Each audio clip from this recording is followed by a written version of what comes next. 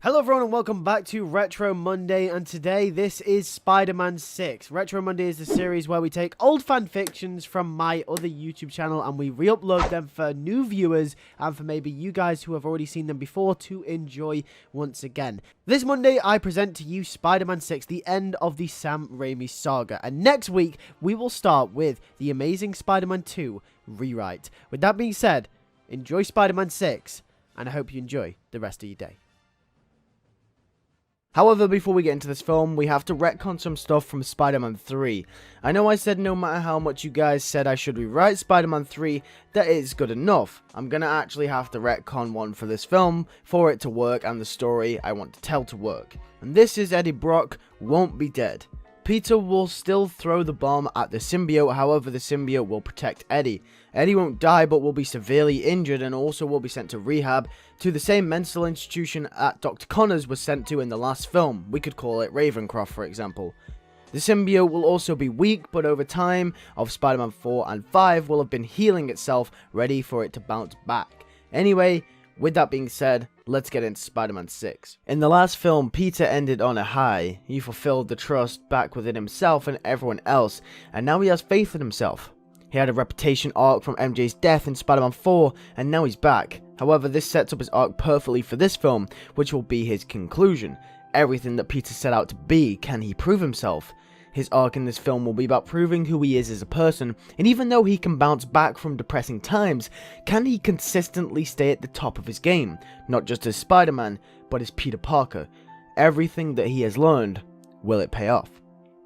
Peter and Felicia develop their relationship and have grown closer in this film. The start of the film will be an action set piece where Spider-Man and Black Cat take down some low-level villains like Arx or Ricochet. This scene will show them fighting in harmony, which would further forward the message of trust from the last film, which gets carried over into this film to be proven by. We then get a scene with Cletus Cassidy from the post-credits scene of Spider-Man 5 in the mental asylum, and he is watching the news. The news reporter says how Spider-Man is at the top of his game and that everything is going well for him. This will throw emphasis on the redemption arc and show how far Peter has come through the 5 films. This will also show how well he has furthered his relationship with the city, Felicia, Aunt May, JJ, and everyone else in his life. The difference between this film and Spider-Man 3, where the same sort of thing happened at the end of Spider-Man 2, is that Peter has learned not to let his ego get in the way. At the end of Spider-Man 2, everything was great for Peter in his life. He got the girl, the city loved him, and everything was going good for once, but then he let his ego get in the way and the symbiote enhanced this and consumed him. However, this was due to his arrogance.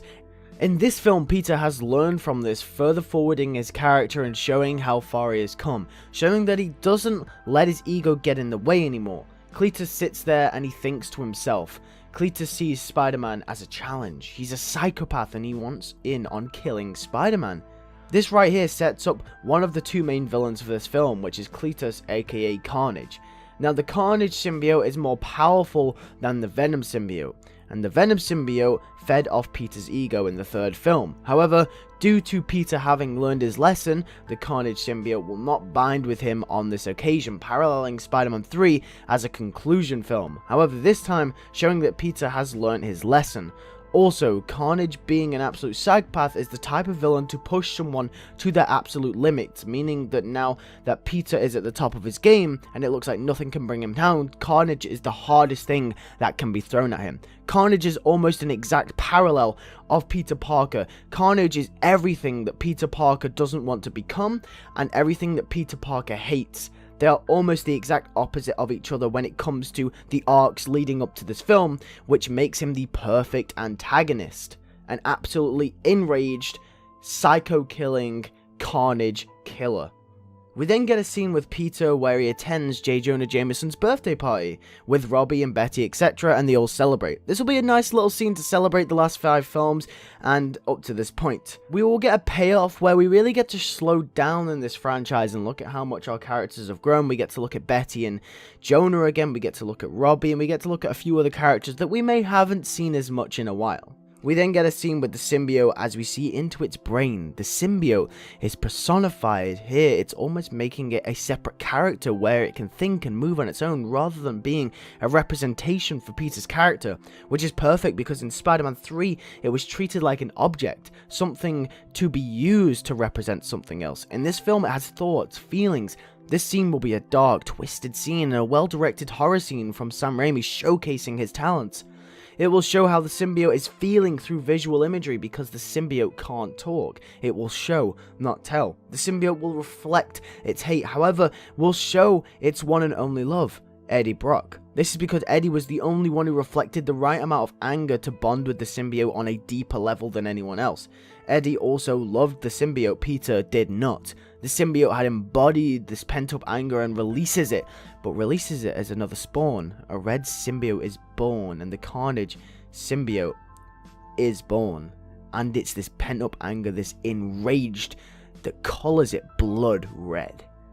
We then cut to Eddie in the same mental institution where he meets Cletus Cassidy. Now these two won't hit it off at first, they will argue. Cletus will know about Eddie and will try to get to know him, but Eddie won't have any of it. It has been revealed that Eddie is recovering from being obsessed with power and the symbiote. It turns out he was heartbroken, and in a scene with Eddie and his therapist, he has actually recovered really well. Eddie has also been working out in the prison gyms as well to get into shape, and becomes really buff just like the real Eddie Brock from the comics. Cletus sees this as a distraction from getting what he wants. He knows that Eddie is the key to getting to Spider-Man, as he knows he was the one last with the symbiote. So to prove to Eddie who is boss, he does the most psychotic thing anyone could do, and he kills someone. He kills Eddie's therapist, who Eddie has actually become really close to. The therapist is revealed to be called Dr. Kafka.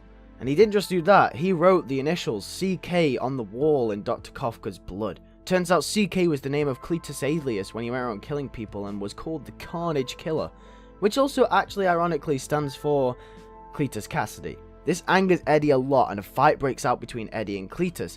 Eddie manages to get the better of Cletus and they're both dragged apart.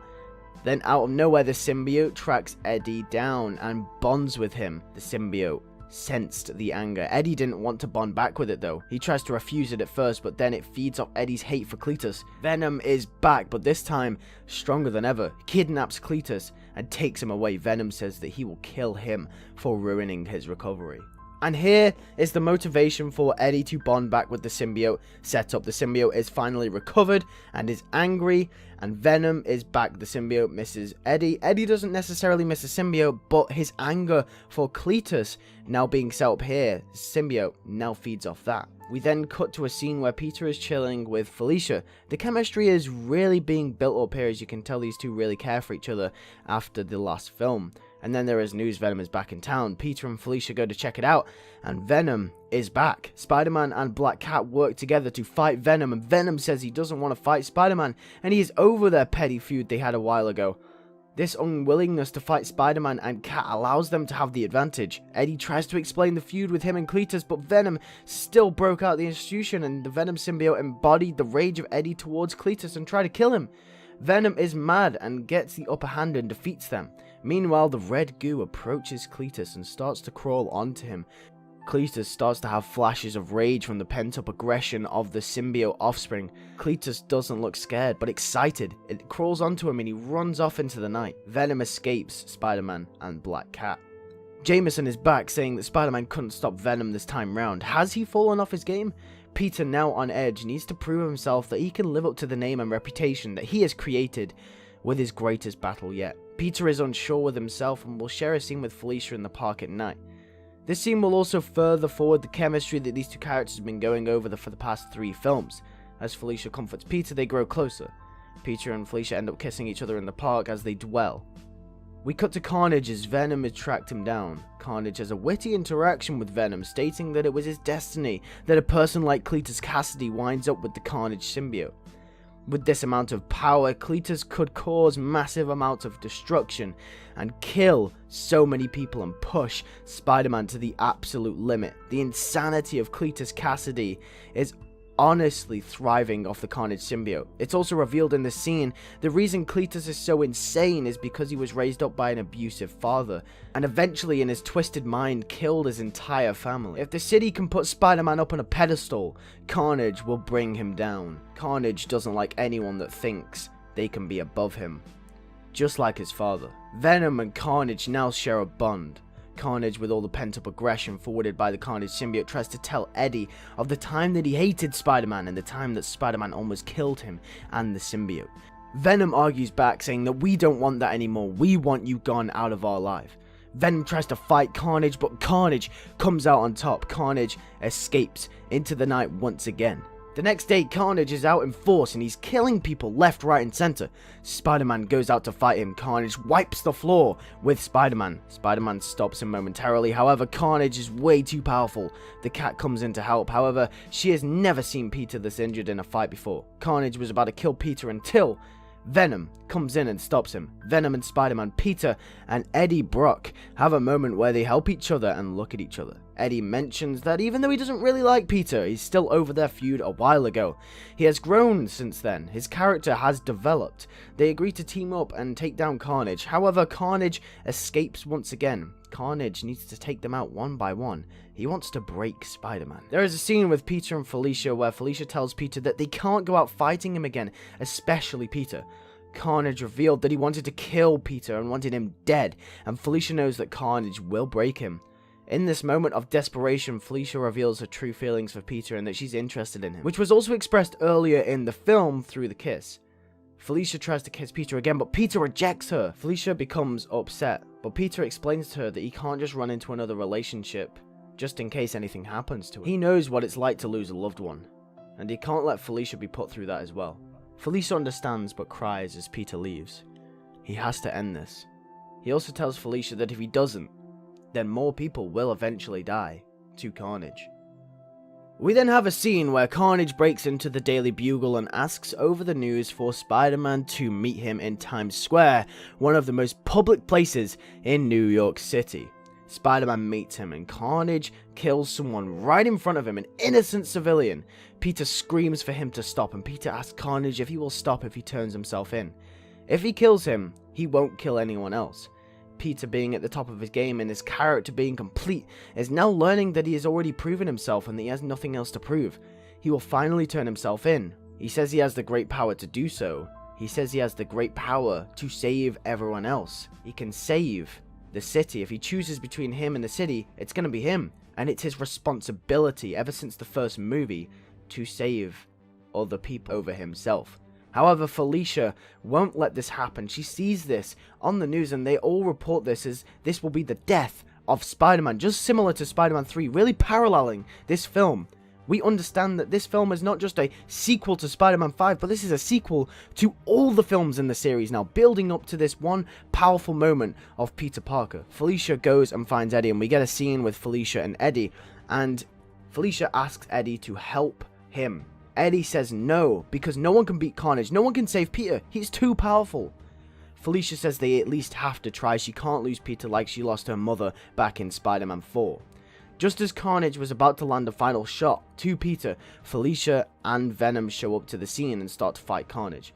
Peter gets up and fights them with them. Even though his character is seemingly complete, there was one more lesson that Peter needed to learn here. And even though he was willing to make the selflessness act of sacrifice play in the place of everyone else, Felicia teaches him that you can't ever give up and always must fight till the end. Felicia, Venom and Spider-Man all fight Carnage and finally find a way to beat him. They will find a way to beat him similar to how they beat Venom in Spider-Man 3, with noises, maybe some fire, and it breaks out in a huge battle, and finally they win. Venom, Eddie Brock having the Venom symbiote, finds a way to remove the symbiote from Cletus. But before Cletus can be taken away back to the same asylum, he tells Spider-Man that he beat him this time, but Peter can't handle that kind of pressure again, and that eventually he will break. Someday, he will die. Peter and Eddie have a talk. Eddie says that he isn't the same person as he was before.